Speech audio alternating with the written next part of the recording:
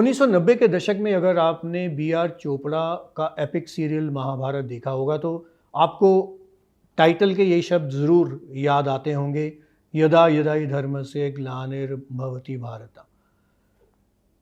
गीता में वो जो लिखा गया था उसका एक पार्ट था वो।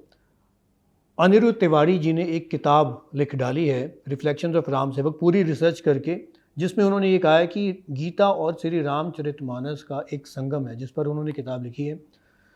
तिवारी साहब पंजाब के एक सीनियर IAS ऑफिसर हैं जो हमारे साथ इस बातचीत में मौजूद है। चीफ सेक्रेटरी रह चुके हैं, जो सीनियर मोस्ट पोजीशन होती है किसी भी स्टेट की एक IAS ऑफिसर के लिए। लेकिन फ़िलहाल जो है हम बात करेंगे इस किताब के ऊपर जो बहुत ही दिलचस्प लग रही है सर। तो ये बताएं कि कहाँ से आपको ये आइडिया आया कि गीता और रामचरितमानस का ये संगम जो है ये संभव हो सकता है? धन्यवाद अरविंद जी। बचपन से ही मुझे मेरे दादाजी ने श्री रामचरितमानस के पाठ करने में, अध्ययन करने में लगाया। और मैं शुरू में तो बचपन में जैसे एक रिचुअल होता है पाठ करने वाली बात, उस तरह से उसको पढ़ता था, समझ मुझे कम आती थी। लेकिन शायद आई वॉज 6 और 7 ईयर्स ऑफ एज जब से मैंने ये शुरू किया। और वो करते करते जब मुझे फिर समझ आना शुरू हुआ, मैंने ग्रंथ को पढ़ा। और मैं जब बड़ा हुआ तो मैंने श्रीमद् भगवद गीता का भी अध्ययन करना शुरू किया, कमेंट्रीज पढ़ी। जब मैंने उन कमेंट्रीज़ को पढ़ा, जब मैंने श्री रामचरितमानस को मैं जैसे जैसे पढ़ता था, मेरा ये हमेशा से डिसिप्लिन रहा है कि मैं हर रोज़ रामचरितमानस का पाठ करता हूँ। जब मैंने इसको देखा तो मैंने देखा कि दोनों में आपस में बहुत समन्वय है। मैंने ये महसूस किया कि तुलसीदास जी ने मानवता पे एक बहुत बड़ा उपकार किया।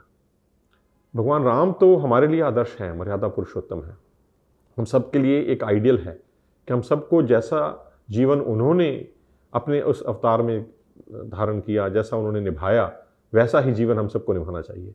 लेकिन तुलसीदास जी ने क्या किया कि तुलसीदास जी ने जो संस्कृत में रामायण थी, वाल्मीकि जी की रामायण जो थी, उसकी जो स्टोरी लाइन थी उसको उन्होंने, क्योंकि जब ये उन्होंने लिखी, तुलसीदास जी ने ये अकबर के ज़माने में लिखी, विच वॉज बेसिकली अराउंड 1580 ईस्वी 1590 ईस्वी के आसपास की बात है, जब उन्होंने रामचरितमानस की रचना की। तो रामचरितमानस की रचना उन्होंने की अवधी भाषा में। तो उनका मतलब ये था कि जो संस्कृत भाषा जो लोगों को उस समय शायद डिफ़िकल्ट लगती थी, उन्होंने उसका उस समय उस भाषा में उसी स्टोरी लाइन का, उसी आदर्श जीवन का रूपांतरण किया। लेकिन अकेला उन्होंने उस आदर्श जीवन का रूपांतरण नहीं किया।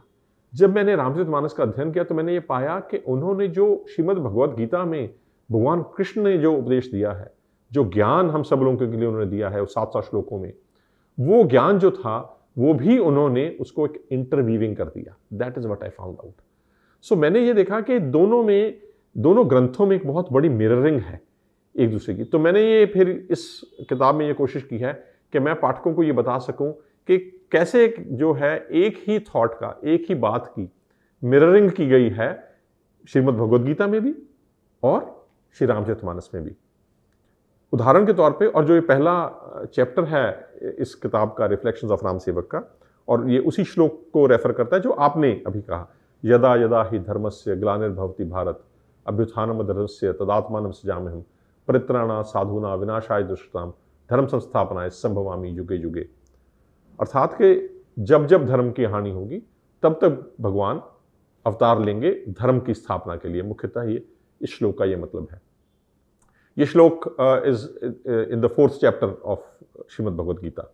ऐसे ही बालकांड के शुरू में तुलसीदास जी लिखते हैं कि जब जब होए धर्म के हानि बाढ़ें असुर अधम अभिमानी करें अनीति जाए नहीं बरनी सीधे विप्र धेनु सुर धरनी तब तब प्रभुधर विविध शरीरा हरें कृपा निधि सज्जन पीरा।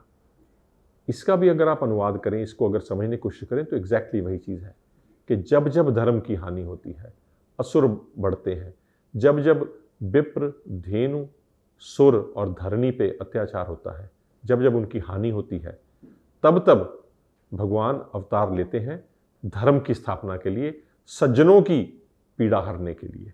सर, जैसे आपने रेफरेंस दिया और ये किताब भी संगम की बात करती है, गीता और रामचरितमानस की, थोड़ा सा ऑडियंस के बेनिफिट के लिए ये बता देते हैं कि गीता जो है वो उपदेश है जो श्री कृष्ण ने अर्जुन को दिया महाभारत में कुरुक्षेत्र की रणभूमि पर, और रामचरितमानस को तुलसीदास जी ने लिखा है।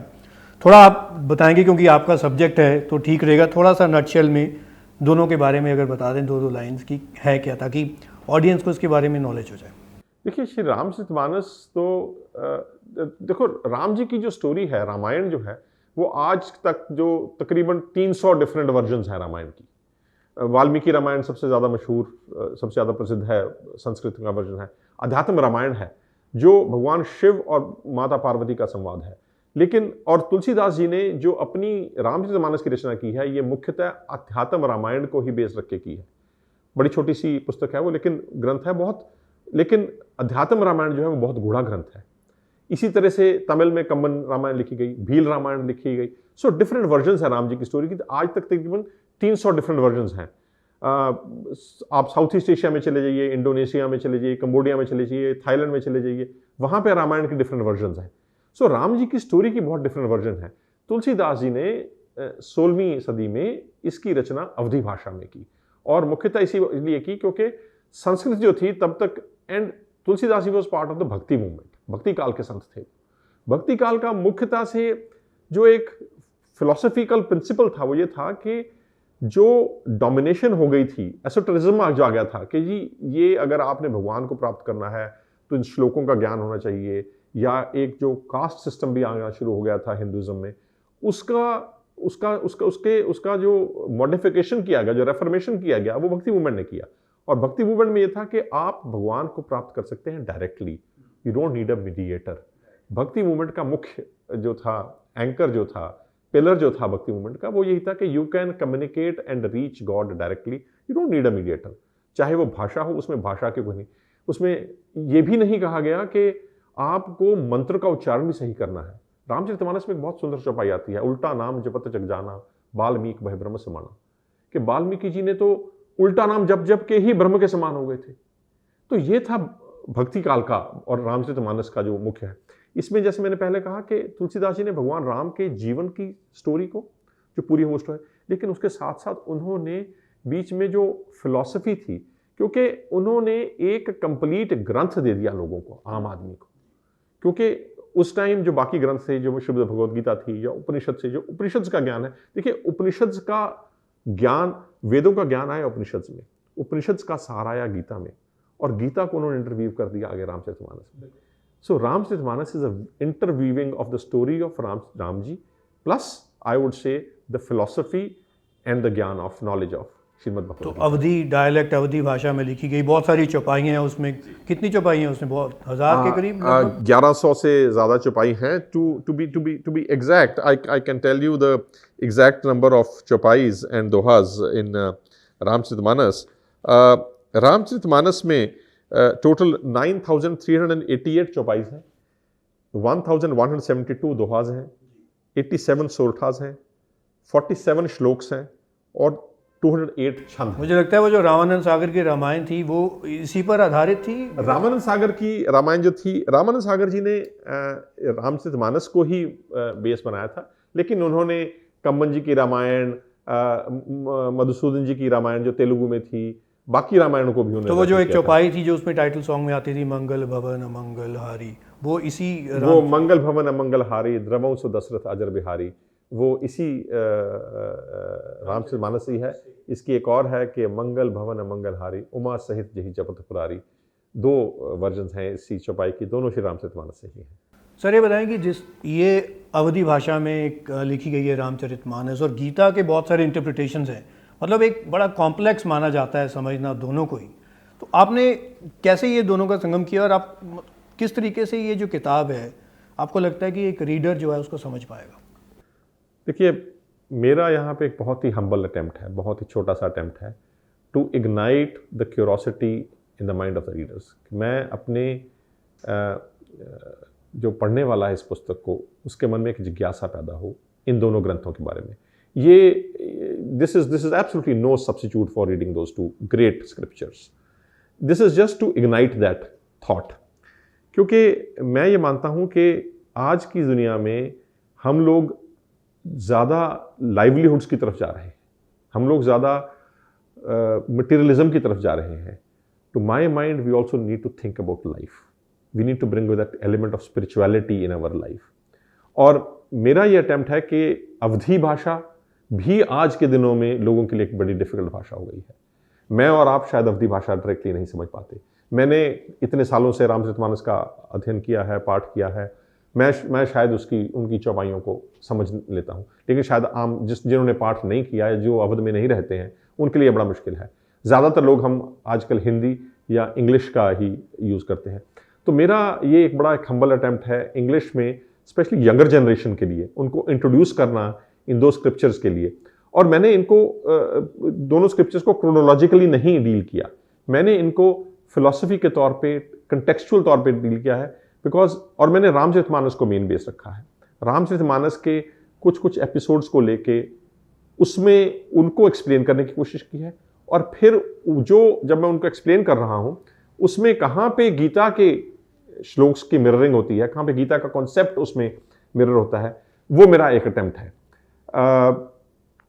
ये जो बुक है ये 5 सेक्शंस में डिवाइडेड है। अब these sections are not interrelated to each other also in terms of chronology, but they are interrelated in terms of concepts. मेरी ये प्रार्थना रहेगी रीडर्स के लिए कि आप इसको एक सेक्शन को एटलीस्ट एंड टू एंड पढ़ें।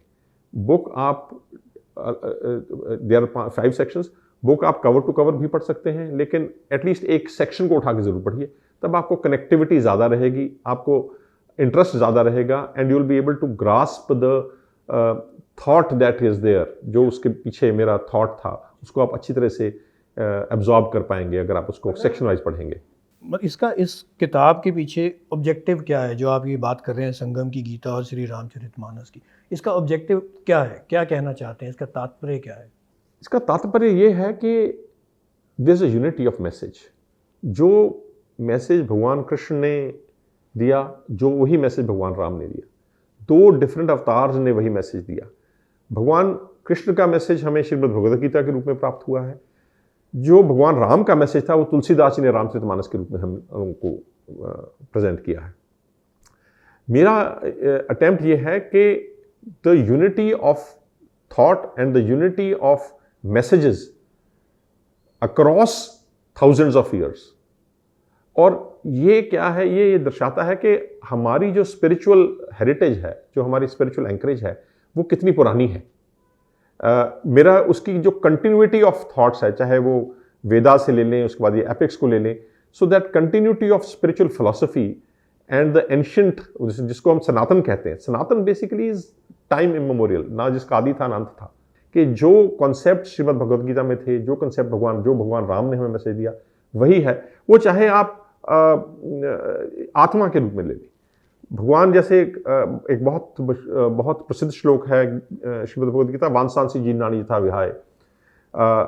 मतलब उसका ये है, मैं समय के लिए की वजह से आपको उसका तात्पर्य जल्दी बता देता हूँ। उसका मतलब यह है कि जैसे मनुष्य पुराने जीर्ण वस्त्रों को बदल देता है, ऐसे ही आत्मा जीर्ण शरीर को छोड़ के नया शरीर ग्रहण करती है। इसी तरह का एक मैसेज भगवान राम देते हैं रामचरितमानस में। कथा ये है उस वहाँ पे कि जब बाली का वध करते हैं, बाली जो सुग्रीव का भाई था, तो उसकी पत्नी तारा विलाप कर रही होती है, तो भगवान तारा को कहते हैं कि क्षितिजल पावक गगन समीरा, पंच रचित है अधम शरीरा, प्रगट सुतन तब आगे सोवा, जीव नित्य कही लग तुम रोवा। कि ये 5 तत्वों का शरीर है, क्षिति, जल, पावक, गगन और समीर, और ये अधम शरीर है, इसने तो जाना ही है। और अगर तेरे को शरीर से प्यार है तो कोई दिक्कत नहीं, वो तो सामने पड़ा है, बाली का शरीर अभी सामने पड़ा है, शव तो उसका सामने पड़ा है, तो फिर तुम क्यों रो रहे हो? शरीर तो पड़ा है। तो दोनों में। और अगर आत्मा से प्यार है तो आत्मा नित्य है। भगवान ने जो ये आत्मा की नित्यता की बात, आत्मा अजर अमर है, ये बात जो भगवान ने श्रीमद् भगवद गीता में की, वही बात रामचरितमानस में भी की। तुलसीदास जी आगे कहते हैं कि ईश्वर अंश जीव अविनाशी, कि जो जीव है वो ईश्वर का ही अंश है और अविनाशी है। तो आपने 2 उदाहरण तो दे दिए सर, एक आत्मा की बात कर दी जो गीता में भी मिलता है और साथ ही रामचरितमानस में भी, और सिमिलरली आपने जो पहले बात की थी जो यदा यदाई धर्म से, कि किस तरीके से भगवान जो है वो हमेशा उस वक्त आते हैं जब ज़रूरत होती है, जब बहुत ज़्यादा समय ख़राब होता है या कई चीज़ें होती हैं। कुछ और उदाहरण देना चाहेंगे आप इस तरीके की, जहाँ ये संगम जो है वो नज़र आता है, ऑब्वियस होता है? माया पे बहुत है। रामचरितमानस में भी कहा है कि all this is an illusion. So ये रामचरितमानस में कहा गया है। रामचरितमानस में भी है और भगवान और गीता में भी कहा गया है। तो रामचरितमानस में जैसे आता है कि तब माया बस रहो भुलाई, बंधई कीर मरकट की नाई, कि माया के फंदे में जीव फंसा हुआ है, जैसे एक डोमेस्टिकेटेड पैरट होता है या डोमेस्टिकेटेड मंकी होता है। और उसके बाद भगवान जब अपने राम गीता, श्री राम एक बहुत अच्छा एपिसोड आता है रामचरितमानस में, अरण्य कांड में, तीसरे कांड में, श्री राम गीता के नाम से उसको हम जानते हैं। वो लक्ष्मण जी के प्रश्न हैं जो उन्होंने भगवान राम को कहे। एक बड़ी इंटरेस्टिंग बात है कि श्रीमद् भगवद गीता, एक वहाँ पे अर्जुन जिज्ञासु था और भगवान कृष्ण उसकी जिज्ञासा शांत करने के लिए गुरु थे उनके, और सेटिंग क्या थी? बैटलफील्ड था। यहाँ जब श्री राम गीता है, इसमें लक्ष्मण जी जिज्ञासु हैं, भगवान राम यहाँ पे जिज्ञासा शांत करने वाले गुरु हैं। और यहाँ पे सेटिंग क्या है? वन में पंचवटी में बैठे हैं भगवान राम और लक्ष्मण, सेरेनिटी है।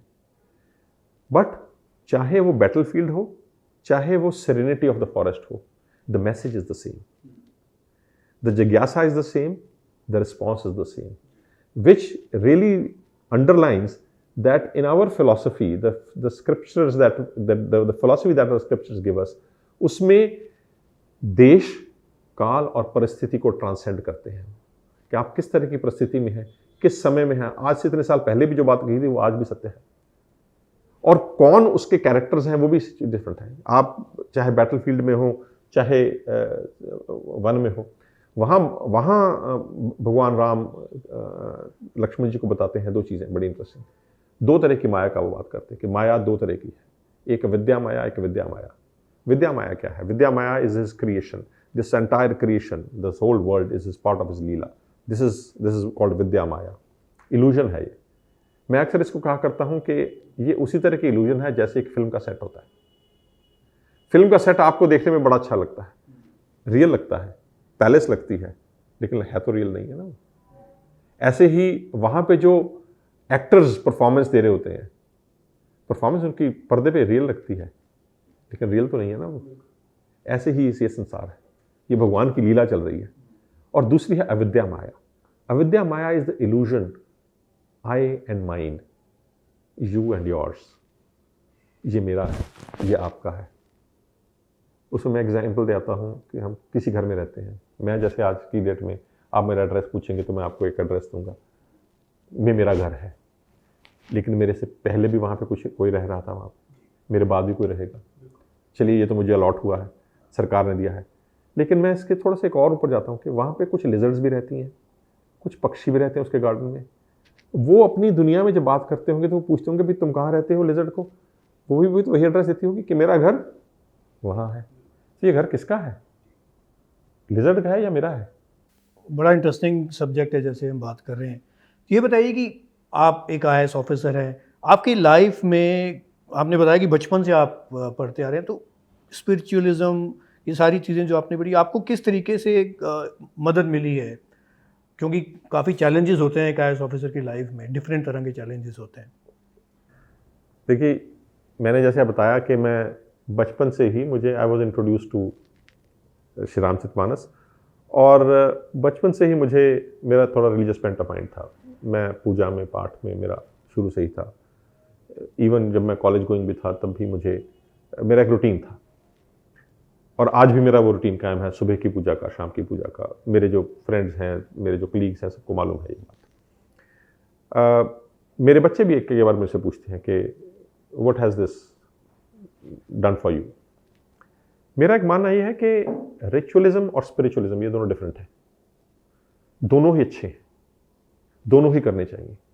What does ritualism do for me? जो मैंने सुबह उठ के मैं पाठ करता हूँ, रामचरितमानस का पाठ करता हूँ, शायद मैं जल्दी में करते हैं, हनुमान चालीसा का आप पाठ करते हैं। कुछ लोगों को आदत होती है कि जब जैसे ही वो नहा के अपने getting into the new clothes they recite the Hanuman Chalisa. उसका एडवांटेज क्या है? एक मेरी अपनी ज़िंदगी में मैंने क्या महसूस किया है कि this ritualism has help me become a more disciplined person. मेरी ज़िंदगी में वो डिसिप्लिन लेके आई, और वो डिसिप्लिन जो था वो मेरा डिसिप्लिन पब्लिक सर्विस में भी ट्रांसलेट हुआ। क्योंकि मैं ये मानता हूँ कि इंसान की पर्सनैलिटी एक होती है, जो आप घर पे हैं वही आप बाहर हैं, वो आप डिफरेंट नहीं हो सकते हो। आप जिस तरह का आपका बिहेवियर होगा, it's very very rarely that you will have people with split personality.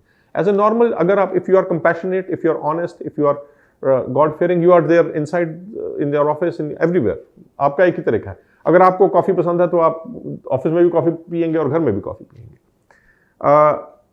To my mind, it has helped me become a more disciplined person, and it has helped me become more disciplined, more meticulous, more I would say that has helped me translate do my job in a methodical fashion. मैं ये भी चाहूँगा कि जो मेरे पाठक हैं जो इस किताब को पढ़ेंगे, जब भी आप एक ऐसे पढ़िए, my suggestion would be read an essay and contemplate, think over it, reflect over it. That is important. So spiritualism allows you to reflect, contemplate and think. And to my mind, मेरे लिए spirituality has always been an anchor. मुझे कभी भी जब भी दुविधा आई है कोई फैसला लेने में, तो मुझे ये हमेशा उसने हेल्प किया है कि मैं हमेशा वही पाथ चूज़ करूं जो सही हो, जो मुझे सही लगे। और 34 years down the line in public service, when I look back, I feel that I have tried to tread on the right path throughout my life. इंसान गलती करता है, मेरे से भी बहुत गलतियां होंगी, लेकिन कॉन्शियसली नहीं की, कोशिश की है कि सही रास्ते पे चला जाए। आज की मॉडर्न इंटरनेट एज में हम लोग बात तो बहुत करते हैं स्पिरिचुअलिटी की, मेडिटेशन की, ध्यान की, सारी चीज़ों की। आप कितना रेलिवेंट देखते हैं इन चीज़ों को आज की इंटरनेट एज में, मॉडर्न एज में? Extremely relevant. एंड मेरे को बहुत खुशी है इस बात की कि यंगर जनरेशन, जब मैं अपने जो हमारी फैमिली में यंग बच्चे हैं उनसे बात करता हूँ या फ्रेंड्स के बच्चों के साथ बात करता हूँ, मैं रियलाइज़ करता हूँ कि आज की यंगर जनरेशन भी इस बात को बहुत महसूस करती है कि स्पिरिचुअलिटी उनके लिए इम्पॉर्टेंट है। बिकॉज जितना आज की दुनिया में स्ट्रेस है, भाग दौड़ है, बोथ फिजिकल एंड मेंटल, उसको रिलीव करने के लिए स्पिरिचुअलिटी का और ध्यान का, योग का बहुत बड़ा रोल है। सो मेरी बड़ी स्ट्रॉन्ग रिकमेंडेशन होगी, and I say follow anything. And the beauty of our religion is that you can be an atheist and still be a Hindu. That is the beauty of being a Hindu. Different तरह के हमारे यहाँ तो philosophies हैं, different तरह की philosophies आप follow कर सकते हो। आपको साकार में विश्वास है, आप तब भी हिंदू, आपको निराकार में विश्वास है, आप तब भी उसको फॉलो कर सकते हो। या for that matter, even if you want to follow a particular other religion also, आप किसी भी को फॉलो करिए। आप कुछ लोग आजकल मॉडर्न डे गुरुज को फॉलो करते हैं, सभी अच्छे हैं, सभी अच्छे हैं। मैं आई वुड से just do the cherry picking. जहां से जो अच्छा आपको ग्रहण करने को मिले उसको ग्रहण कीजिए, जिससे आपकी लाइफ में इंप्रूवमेंट हो। And the only person who can decide whether you are getting some help, you are making a difference, that is making a difference, is you yourself. If going to some place, meeting somebody, talking to somebody, following a particular practice, yoga, dhyan, spirituality, a particular kriya, if it is helping you, good for you. Just do it, whatever helps you. बहुत बहुत धन्यवाद तिवारी साहब, हमसे बात करने के लिए, daily word से इस इंटरव्यू के लिए धन्यवाद। धन्यवाद Arvind ji, thank you so much. तो ये थे अनिरुद्ध तिवारी जी। वैसे मैं आपको बता दूं कि जो किताब है रिफ्लेक्शंस ऑफ राम सेवक, ये डेली वर्ल्ड में जो हर सप्ताह अनिरुद्ध तिवारी जी का कॉलम छपता है उसी की कलेक्शन है। आप हमारे साथ जुड़े, आपका बहुत बहुत धन्यवाद।